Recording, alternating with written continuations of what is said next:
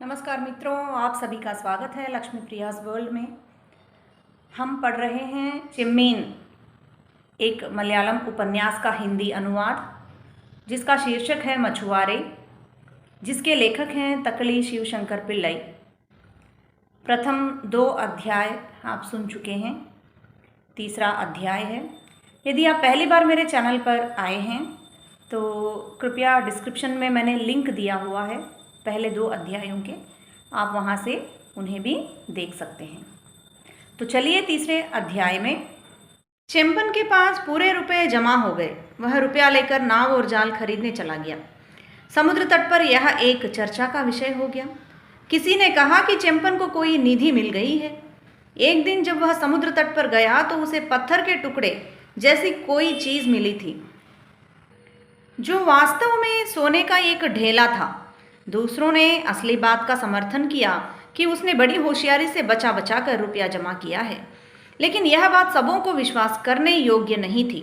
उनका कहना था कि सब लोग चेम्पन की तरह ही कमाने वाले हैं। जब उन्हें खर्च के बाद कुछ बचत नहीं होती, तब सिर्फ चेम्पन ही कैसे इतना बचा सकता है। अच्छन चेम्पन की उम्र का था। चेम्पन के घर से सटा हुआ ही उत्तर में उसका घर था।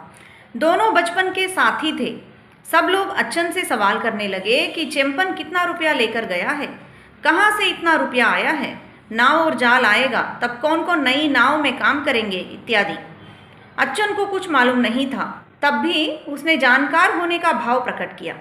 चेम्पन का महत्व बढ़ रहा था, तब उसके दिली दोस्त का भी महत्व बढ़ना ही चाहिए।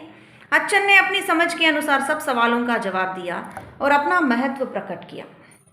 कोच्चू वेलू ने एक सवाल पूछा, भाई, सुनने में आया है कि तुम्हारा भी इसमें हिस्सा है, क्या यह बात ठीक है? यह सवाल अच्छन को पशोपेश में डालने वाला था, फिर भी वह चुप नहीं रहा। उसने कहा, है यह भी नहीं कह सकता और नहीं है यह भी नहीं कह सकता। अच्छन का भाव देखकर उसे बनाने के ख्याल से ही वेलू ने यह सवाल किया था। उसका जवाब सुनकर सब ठठाकर हंस पड़े। अच्छन शर्मा गया। एक होशियार आदमी ने पूछा, तुम लोग हंस क्यों रहे हो जी? अच्छन चाहे तो अपने लिए नाव और जाल नहीं खरीद सकता, फिर हिस्सेदार क्यों बने? अच्छन को अपनी झेम से ही एक जवाब सूझ गया। सब लोग नाव और जाल खरीदेंगे तो काम कौन करेगा? अपनी हंसी को रोकते हुए कोच्चू वेलू ने कहा, ठीक ही है, इसीलिए अच्छन भैया नाव और जाल नहीं खरीदता। अच्छन की समझ में अब बात आ गई कि साथी सब जानबूझकर उसका मजाक उड़ा रहे हैं। उसके बाद जब कोई उससे चेम्पन की नाव और जाल के बारे में पूछता, तब वह उसे खूब फटकार देता। लोग उससे तैश में आकर डांट फटकार सुनाते, देखने के लिए कुछ न कुछ पूछ लिया करते। एक दिन मछुआरों की आमदनी कम हुई। अच्छन को 3 ही रुपए मिले। चाय वाले अहमद का पुराना कर्ज उस पर चला आता था। उस दिन अहमद ने उसे रोककर अपना पैसा वसूल कर लिया। इस तरह उस दिन उसे खाली हाथ घर लौटना पड़ा। घर में उस दिन रात को खाना बनाने का उपाय न देखकर नल्लम्मा उसकी राह देखती बैठी थी।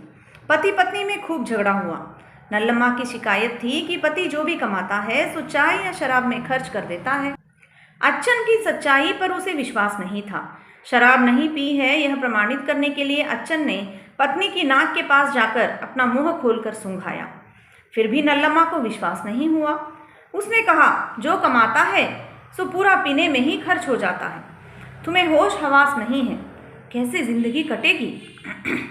अरे, आज मैंने नहीं पी है, झूठ बोलती है। आज नहीं पी तो क्या हुआ, जब कमाते हो तब पी ही लेते हो ना। घरवाली ने घर खर्च के लिए पैसा ना होने के कारण शिकायत की थी, लेकिन अच्छन ने अधिकारपूर्वक डांट के साथ कहा, अरे, इस तरह बेअदबी से बोलती रहोगी? बेअदबी? बचपन के साथी के पास अब अपनी नाव और जाल हो गए और तुम यहाँ खाने का खर्च भी नहीं जुटा पाते। इतना कहना बेअदबी की बात हो गई? इसका जवाब अच्छन ने बोलकर नहीं बल्कि पत्नी की पीठ पर कसकर 2 थप्पड़ लगा दिया। उसकी कैसी दुर्गति हो रही थी। चेम्पन ने नाव और जाल खरीदा तो उसके लिए तट पर सबों ने उसकी हंसी उड़ाई।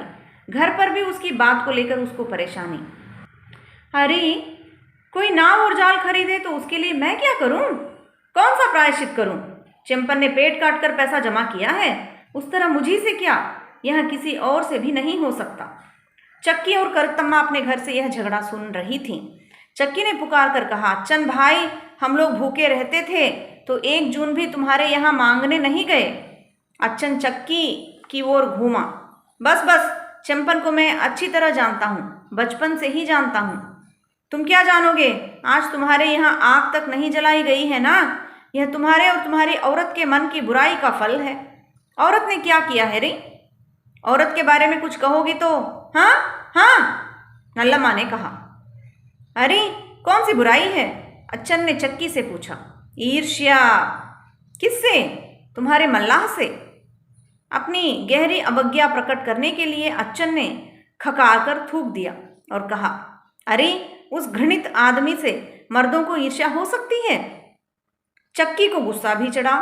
अगर अंट शंट बोलोगे तो? हाँ। अच्चन ने पूछा, क्या करोगी? पूछते हो क्या करूंगी? अरे 4 पैसे पास में हो गए तो इसी से इतना घमंड? झगड़ा बढ़ता देखकर करुतम्मा घबराई। उसने माँ का मुंह अपने हाथ से बंद किया। अच्चन रुकता नहीं था, चक्की का भी दम फूल रहा था। करुतम्मा माँ को घर के भीतर खींच ले गई। जब गुस्सा जरा ठंडा हुआ तब अच्चन ने ध्यान से एक एक बात पर विचार किया। उस दिन घर में खाना नहीं बना था, इससे भी उसे झगड़े ने उसे अधिक दुखी बना दिया। औरतें कभी कभी आपस में भिड़ जाती थीं, लेकिन वह खुद उस दिन तक न तो चंपन से झगड़ा था न चक्की से। आज वह भी हो गया। उसे रात को नींद नहीं आई। दूसरे दिन सवेरे समुद्र में जाने के पहले उसने नाव वाले से 2 रुपया उधार लेकर घर दे दिया। दोपहर की कमाई का अपना हिस्सा पूरा का पूरा नल्लम्मा के हाथ में देते हुए कहा कि आगे से उसने ऐसा ही करने का निश्चय किया है। अरे सुन, जो कमाऊंगा सब लाकर दे दिया करूंगा, हिफाजत से रखा करना। हम भी जरा देखें कि 4 पैसा बचा सकते हैं कि नहीं। यह विचार नल्लम्मा को बहुत पसंद आया। उसने कहा, तब तो अगर नाव और जाल ना भी ले सकें, शाम को भूखे तो नहीं रहना पड़ेगा। कौन कहता है कि नाव और जाल नहीं ले सकेंगे?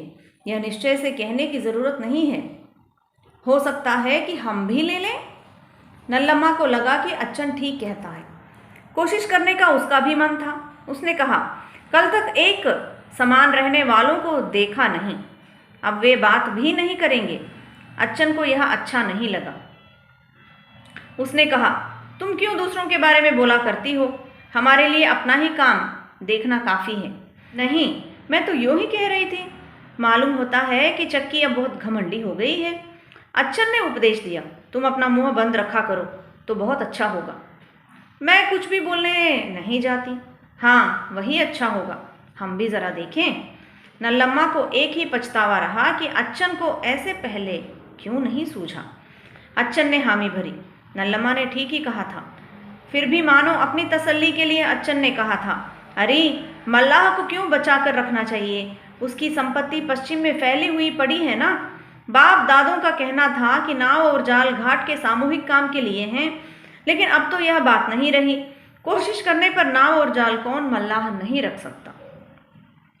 फिर भी बचपन के साथी के पास अब नाव और जाल हो गया ना। अच्चन ने कहा, चंपन होशियार है, उसका यही लक्ष्य रहा है। फिर उसने हुंकारी भरते हुए कहा, देखूंगा। यह उसका निश्चय था। शाम को जाल की मरम्मत करने के लिए उसे समुद्र पर जाना था। जाल के फटे रहने से उस दिन बहुत सी मछलियां बाहर निकल गई थीं। जब अच्चन तट पर पहुंचा तब बाकी सब पहुंच चुके थे और काम में हाथ भी लगा चुके थे। वहां पर भी चंपन ही बातचीत का विषय था। अच्चन ने कहा, साथियों, तुम लोगों को और कोई काम नहीं है क्या? दूसरों के बारे में कुछ बोलने की क्या ज़रूरत है? नहीं तो बोलते जाओ, उसका पाप कटने दो। अच्चन ने पूछा, तुम्हें इतना दुख क्यों होता है? अच्चन ने शांत भाव से कहा, कहो, मेरा कहना गलत है? रामन मूपन ने न्याय की एक बात उठाई, चंपन के बारे में कुछ कहने का हमें अधिकार नहीं है। कैसा अधिकार? रामन मूपन को आश्चर्य हुआ। उसने कहा, सुनो भाई, कोई नौजवान इस तरह का सवाल करता तो समझ में आ सकता था। तुम तो एक पुराने मल्लाह हो ना। अच्चन की समझ में बात नहीं आई। उसने सिर्फ दूसरों की बुराई ना करने की बात कही थी। वह अच्छी ही बात तो थी। उसने पूछा, क्यों ऐसा तुमने कहा? मूपन? डोरा नीचे रखते हुए मूपन ने कहा, समुद्र तट के कुछ कायदे कानून भी हैं कि नहीं? अच्छन ने हामी भरी। क्या चेम्पन पर वे लागू नहीं होते? अच्छन ने ठीक समझा नहीं कि किस बात को लेकर वे सब व्यंग्य कर रहे हैं। रामन मूपन ने सवाल खोल दिया, इस घाट पर पुराने जमाने में क्यों, हाल तक भी क्या बड़ी उम्र हो जाने पर लड़कियां घर में अविवाहित रहा करती थीं? अच्छन ने बात पूरी की। घाट पर उन दिनों घटवार रहता था। मूपन ने आगे सवाल उठाया, वयस्क लड़की जब घर में है तब कौन नाव और जाल खरीदने की बात सोच सकता है? पुराने जमाने में घटवार लड़कियों को ऐसे अविवाहित नहीं रहने देता था। घाट के नियमों का कोई भी उल्लंघन नहीं कर सकता था। घटवार इस संबंध में हमेशा सावधान रहा करता था। उन नियमों का कोई विशेष उद्देश्य था। वे मल्लाहों के कल्याण के लिए बने थे। अच्छन ने पूछा, नियम के अनुसार किस उम्र में लड़की की शादी होनी चाहिए? बूढ़े मूपन ने कहा, 10 साल की उम्र में। वेल्लमणि वेलायुधन ने पूछा, 10 साल की उम्र में शादी नहीं हुई तो? जानकारी के लिए यह सवाल नहीं पूछा गया था। उसकी ध्वनि में नियम के खिलाफ आवाज उठाने का भाव स्पष्ट था। रामन मूपन ने ही उसे जवाब दिया, पूछते हो नहीं हुई तो? ऐसा तो होने नहीं दिया जाता था। वेलायुधन ने आगे पूछा, घटवार क्या करेगा? हुक्का तंबाकू बंद कर देगा और फिर घटवार पर रहना भी नहीं हो सकेगा। एक दूसरे नौजवान पुण्यन ने कहा, ये सब पुराने जमाने की बातें हैं। अच्छन ने गुस्से से कहा, नहीं रे, आज भी वैसा ही होगा, तुम देखोगे। हाँ, दिखा देंगे। अब चेम्पन को परेशान होकर इधर उधर दौड़ते दिखा देंगे। रामन मूपन ने इसका समर्थन किया और आगे पूछा, सबों को नाव और जाल रखने का अधिकार है क्या अच्छन? अच्छन ने जवाब दिया कि सबको अधिकार नहीं है। मूपन ने उस सवाल के जवाब को और भी स्पष्ट किया। समुद्र माता की संतान तो अनमोल संपत्ति की उत्तराधिकारिणी है। उनका हाथ भरा पूरा रहना साधारण सी बात है। तब सब में नाव और जाल रखने की शक्ति है ही। लेकिन घाट पर जितने भी लोग हैं, यदि वे सब नाव और जाल रखने लगेंगे तो काम पर कौन जाएगा? उसने पूछा, इस घाट पर कौन ऐसा है जो चाहे तो नाव और जाल नहीं खरीद सकता? बात तो ठीक थी, पर अच्छन ने एक भारी सवाल पेश किया, तब सबके पास नाव और जाल क्यों नहीं है? इसका भी कारण था।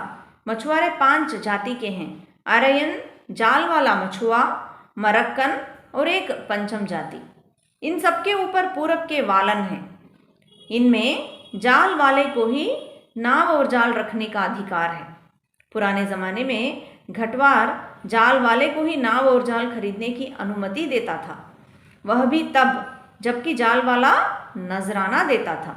वेलायुधन ने पूछा, चेम्पन काका इनमें किस जाति का है? पुण्यन मुस्कुरा दिया। मूपन ने जवाब दिया, मछुआरे। पुण्यन ने मुस्कुराते हुए कहा, हाँ, चेम्पन काका की जाति पानती तो अब यह पूछेगा ही। अच्छन ने कारण पूछा। पुण्यन ने कहा, उस लड़की से शादी की बात उठी है, इसी से। अच्छन ने कहा, अच्छा है, लड़की बड़ी अच्छी है। पुण्यन को अच्छा नहीं लगा। उसने कहा, अच्छन को तो ऐसे भी चेम्पन का सब कुछ अच्छा ही लगता है। फिर उसने वेलायुधन को एक चेतावनी दी, उस कंजूस से तो तुम्हें एक दमड़ी भी नहीं मिलेगी, यह याद रखना, वह लड़की भी कम नहीं है। अच्छन को गुस्सा आया। उसने कहा, तुम क्या कह रहे हो जी? लड़की की शादी तय होती है तो उसे तोड़ना चाहिए, यही मछुआरे का काम है? अच्छन ने कहा, मैं सच्ची बात तो कह रहा हूँ। आंटी ने, जो अब तक चुप था, एक सवाल पूछा और उससे बातचीत का विषय बदल गया। उसने जानना चाहा कि जाल वाले के अलावा और भी किसी व्यक्ति ने नाव और जाल खरीदा था। उसे जवाब मिला कि ऐसा हुआ है, लेकिन खरीदार उसका बहुत दिन तक उपभोग नहीं कर सका। अच्छन ने पूछा कि प्रत्येक घाट पर जाल वालों के कौन कौन परिवार हैं? इसका जवाब रामन मूपन ने दिया। चेरतला में पल्लीकुन्नम जाल वाला, आलपुड़ा में परत्ती कव्वल जाल वाला और यहाँ कुन्नेल रामन का परिवार, यह क्रम है। पुण्यन ने सवाल किया कि जाल खरीदने के लिए घटवार को नजराने के तौर पर क्या दिया जाता है? उसका जवाब था, तंबाकू के 4 पत्ते और 15 रुपए। इसके बाद घटवार के अधिकार और हक के बारे में बातें शुरू हुई। घटवारों का अधिकार बहुत बड़ा था। उसका विरोध करने के भाव से वेलायुधन ने पूछा, अपना पैसा लगाकर जब आदमी नाव और जाल खरीदे तब भी घटवार को कुछ देना ही चाहिए। पुण्यन ने जोड़ा, देखो देखो, यह चंपन काका का दामाद बन चुका है। अच्छन ने समर्थन करते हुए कहा, घटवार को नजराना नहीं देगा तो नाव और जाल आने पर ससुर दामाद दोनों मिलकर घटवार का सामना भी तो करेंगे, उस समय देखा जाएगा। यह एक चुनौती थी। चंपन जब नाव और जाल लाएगा तब बिना घटवार की अनुमति के नाव कैसे समुद्र में जाएगी, यह तो देखने ही लायक बात थी। अच्छन ने स्पष्ट कह दिया कि यह नहीं हो सकता। वेलायुधन ने उस चुनौती को स्वीकार करना चाहा, लेकिन किस अधिकार से करता। फिर भी उसने विरोध में कहा, तुम लोगों को ईर्ष्या हो गई है। मछुआरे को ईर्ष्या? नहीं तो और क्या। ऐसा लगने लगा कि यह बातचीत एक झगड़े का रूप धारण कर लेगी। अच्छन ने बीच में पड़कर वेलायुधन को चुप कराया। थोड़ी देर तक किसी ने कुछ नहीं कहा। घाट पर जब इस तरह की अप्रत्याशित बातें हो रही थी तब चक्की घर में दिवा स्वप्न देख रही थी कि वह एक नाव के मालिक की स्त्री कहलाएगी। जीवन की एक बड़ी इच्छा पूरी होने जा रही थी। इसके लिए पति पत्नी ने काफी परिश्रम किया था।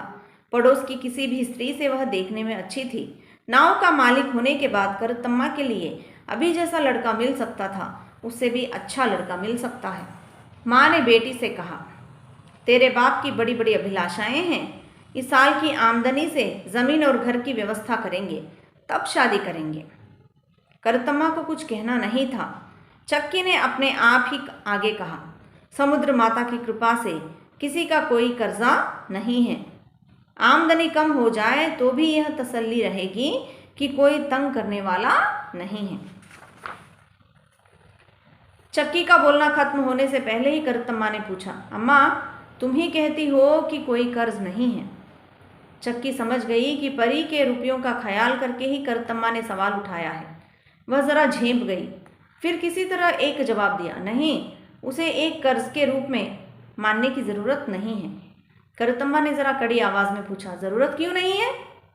अरे नहीं नहीं, ऐसा नहीं। उसे तुरंत नहीं भी चुकाएं तो भी नाव और जाल कोई हड़प नहीं सकता।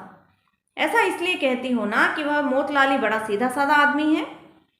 चक्की ने गुस्सा दिखाते हुए कहा, इसका क्या मतलब है री? जब भी तू छोटे मोतलाली का नाम लेती है तेरी आवाज़ इतनी मोटी क्यों हो जाती है? करतम्मा ने कुछ नहीं कहा। माँ के प्रश्न से उसमें कोई भाव परिवर्तन भी नहीं हुआ। चक्की ने आगे कहा, अपनी मर्यादा के भीतर ही रह, तभी तो कोई अच्छा लड़का मिलेगा, नहीं तो तेरा भाग्य जैसा है वैसा ही होगा। करतम्मा जरा भी विचलित नहीं हुई। दृढ़ स्वर में उसने पूछा, अम्मा मुझ ही में मर्यादा की कमी है? चक्की ने सवाल किया, मानो उसने सुना ही नहीं। छोटा मोतलाली तेरा कौन है रे? करतम्मा ने यह नहीं कहा कि वह उसका कोई नहीं है, फिर भी उसकी आंखें भर आईं। करतम्मा ने क्या गलती की थी? कुछ भी तो नहीं। यह चक्की को भी मालूम है। आज तक उसने कोई गलती नहीं की। वह एक बहुत सुशील और सहनशील लड़की है। परी का कर्जदार बनना ठीक नहीं था। उसका रुपया लौटा देने की बात जो करतम्मा करती है उसमें गलती क्या है? फिर भी करतम्मा के मन में परी के प्रति प्रीति है। पहले ही शादी कराकर उसे भेज देना चाहिए था, लेकिन इसका मर्म बाप को नहीं मालूम था। चक्की ने आगे कहा, बिटिया तेरे ही लिए तेरा बाप इतना कष्ट उठा रहा है। बिटिया मेरी, तू यह सब व्यर्थ न कर। करतम्मा चुप रही। चक्की ने पूछा, बेटी एक बात पूछूं? सच सच कहना, तू उस विधर्मी से प्रेम करती है? करतम्मा ने जहाँ नहीं कहना चाहिए वहाँ कुछ नहीं कहा। उसके निश्चित मौन ने माँ को डरा दिया। चक्की की मानसिक शांति भंग हो गई। उसने विलाप करते हुए कहा, हे भगवान, उस महापापी ने मेरी बेटी को जादू टोने से वश में कर लिया है, ऐसा लगता है। चक्की का मन यहाँ तक चला गया। करतम्मा ने अपने हाथ से चक्की का मुंह बंद करते हुए कहा, यह कैसा पागलपन है अम्मा? चक्की ने कातर भाव से बेटी की ओर देखा और गिड़गिड़ाकर कहा, बिटिया माँ को धोखा न देना। इतना होने पर भी करतम्मा ने यह नहीं कहा कि वह परी से प्रेम नहीं करती। उस शाम को अच्छन चंपन के घर आया। घाट पर जो जो बातें हुई थीं सब उसने चक्की को सुना दी। वहाँ लोगों ने गड़बड़ी पैदा करने का निश्चय किया है।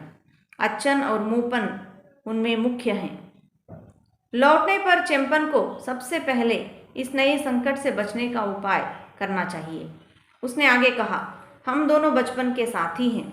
यह सब सुनकर मैं चुप नहीं रह सकता। अब चक्की के मन की बची कुची शांति भी काफूर हो गई। घाट के किसी के खिलाफ हो जाने का क्या मतलब है, यह चक्की जानती थी। उसके मन में सवाल उठा, इस तरह की सजा के लिए हमने क्या कसूर किया है? क्या बेटी की शादी अभी नहीं की है? यहीं पर तीसरा अध्याय समाप्त होता है। अगले अध्याय के लिए मेरे चैनल के साथ जुड़े रहिए।